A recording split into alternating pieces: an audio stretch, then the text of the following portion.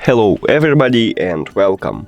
In this video I will show you how to add your headphone Sony to the application.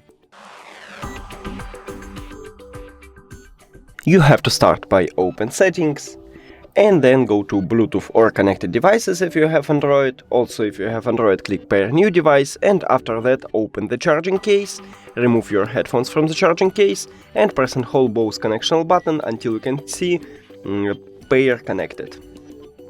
Now Bluetooth pairing. Now click on your headphones at the device list, hide the settings and open the application. Next. Now click OK, later, continue, next, later, next, later, OK. Go to my device. And we did it! Thank you for watching this video. If you found it helpful, please consider subscribing to channel and leave a like on the video. It's really important to us. See you later!